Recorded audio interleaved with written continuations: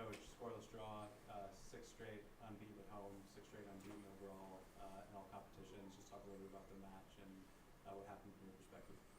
Yeah, I think, the match is part of a 3-game sort of week that we had, and I think the lineup showed that we made a few changes.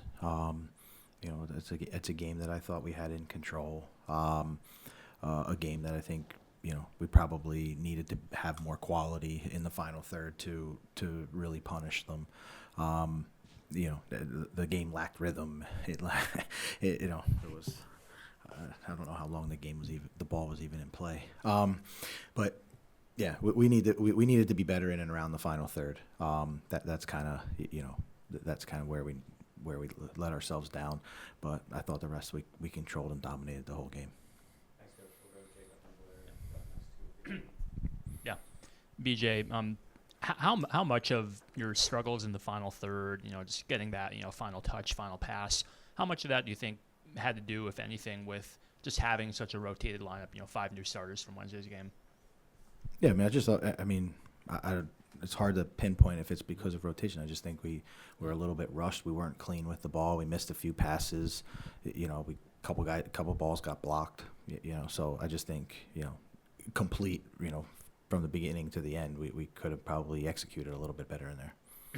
And I believe this is your first shutout in MLS play since March 22nd against Montreal. I guess, what do you feel were the maybe standout points on defense? Yeah, I think when you're dominating the game and you're in the opponent's half for most of it, I'm really proud of the guys on how they stay focused, and we're able to put out a lot of counterattacks. And I think that's credit to Joe and the whole back four, especially because those fullbacks are joining the attack, and then so you work with the center midfielders, and so I thought it was really a professional performance in the way that we were able to lock them down, not allow them to get too many scoring chances, handle transition really well.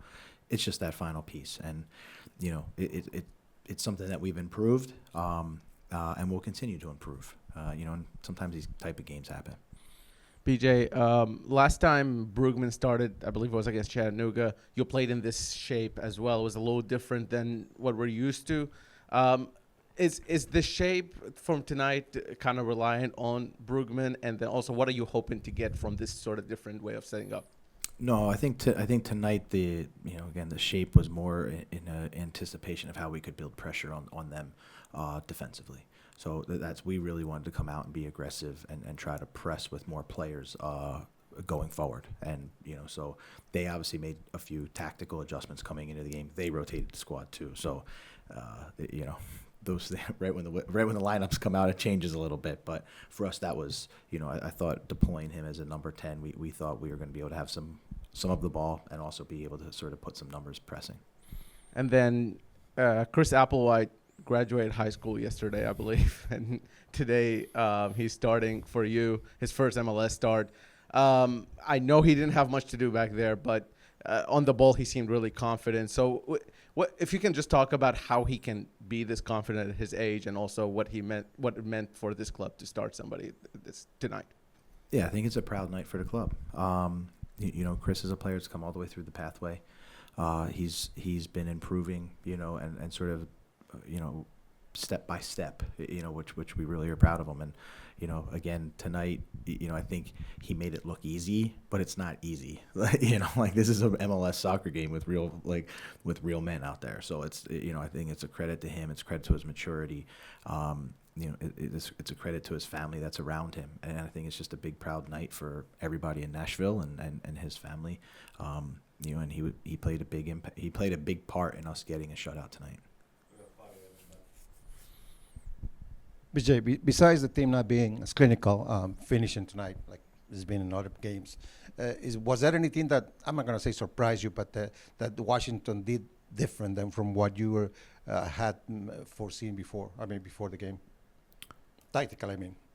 Yeah, I mean tactically they've been playing in a 5-2-3 for most of the year. And then tonight they started with a back four. And then you saw in the second half they switched back. So for us, it was in that first half was just about readjusting kind of how we wanted to press them. I thought we were able to create a lot of turnovers, about 30 yards from goal. We just, again, didn't handle those couple passes right. And then in the second half, it was much more of what I think we sort of prepared for. And I think you saw that in the ideas of like, just being able to press and win balls in the middle third. But again, they made it difficult to play tonight. And they have a lot of numbers behind the ball. And so it's, you're in a pretty combative game that there wasn't a lot of space. Now, in terms of what Brian Costa did when you sent him in, what was the difference that you think he gave it to the team today when he stood right in the middle?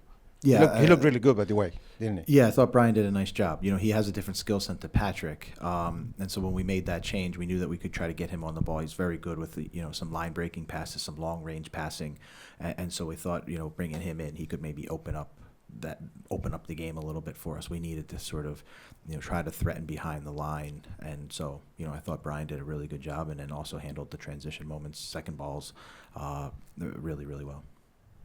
BJ, I know you kind of touched a little bit on just the lineup changes and the rotation. How much of that do you think just came down to it being the end of a really long week, and I mean longer than just a long month, and how much was kind of with an eye towards the midweek game against Orlando? Yeah, both. I think both things are true, Ben. It's we always talk about like going from the Saturday to Wednesday, you have an extra day. Going from the Wednesday to the next Saturday, you're short a day. And so we just thought it was important to make sure that guys, were rotated in that sense. It's also part of how we have to deploy when, now that we have another midweek game and another Saturday game away, it's both of them away. So it's just sort of, I think, managing the entire group. We have great confidence in the whole group. And so when guys' numbers are called, the same expectations and still the same standards are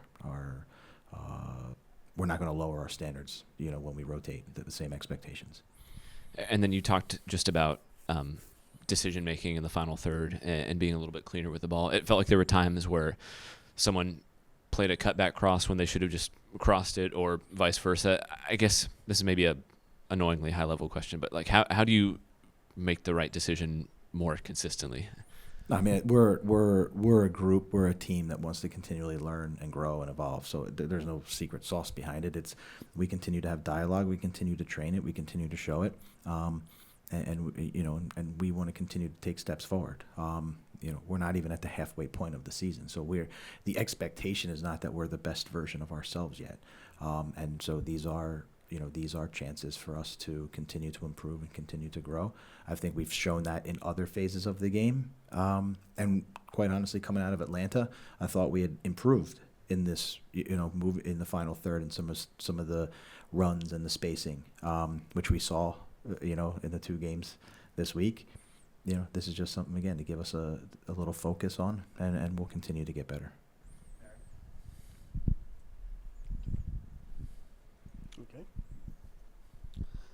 Okay, I want to try that. It's understood that the rotation of the player or the game during the week is understood, but tonight, you don't think that it was the best opportunity to continue claiming position, in addition to see a high pressure to recover the ball in the sound third. But what do you think? What did the player like to take the victory tonight? Yeah, I thought we did apply pressure throughout the field. I think we were able to build, press them into some direct play, win second balls, and control the midfield. So I was proud of the group for that. We're not happy at all with the result. There's no one in that locker room right now that's like satisfied. We wanted we want 3 points. We don't, when we play at home, when we play anywhere, I've told you guys, we're about winning. But we didn't, and so we need to learn. We need to figure out what we need to get better at, and that's part of sort of this journey that we're on in this season. Thanks, Coach. Thanks, guys. We'll be right back with Joe Willis. Great, thanks, guys.